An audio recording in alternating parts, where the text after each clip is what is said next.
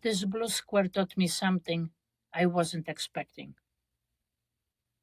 Usually, when I begin arranging fabrics, there comes a moment when everything starts to make sense. One piece almost tells me where the next one belongs. There is a quiet rhythm in the process, and I simply follow it. This time it was different. I couldn't find that rhythm. I moved one piece, then another. I turned them around, exchanged them, took them away, and brought them back again. Nothing felt right. Every decision seemed uncertain. At first, I thought the problem was the square. But then, of course, I started to wonder if the problem was the fabric or maybe the problem was me. Finally, I realized I had quietly started putting pressure on myself. I wanted to finish this textile. I want to hang it on the wall. I already have another idea for the next project. I'm excited to begin. Without noticing, I had stopped being curious, and I had started trying to arrive somewhere. The square could feel that, or perhaps I could. Sometimes we can experience exactly the same thing in everyday life. We believe we should already know the answer. We think we should decide now. We keep rearranging possibilities in our minds, hoping that one of them will suddenly feel perfect.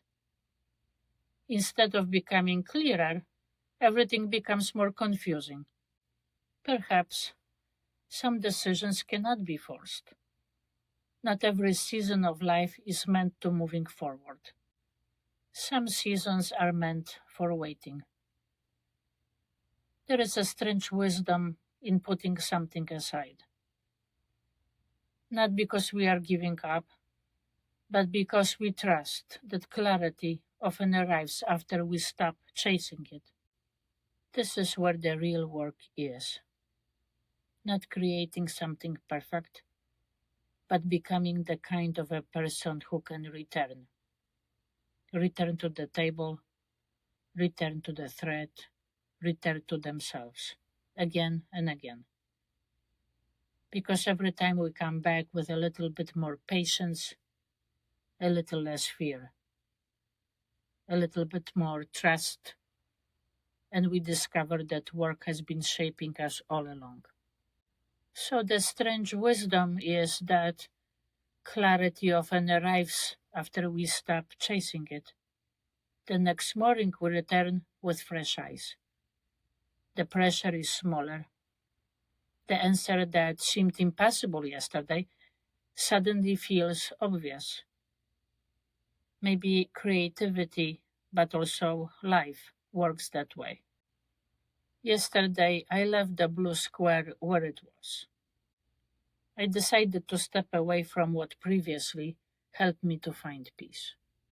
Curiously, I started to look for peace, for space, for breath, outside of the comfort zone, by not doing. The square, just like my life, will wait for me to come back. Just like my fabric, I need to give myself a chance to let life, with patience, with calm, find and rearrange all those pieces.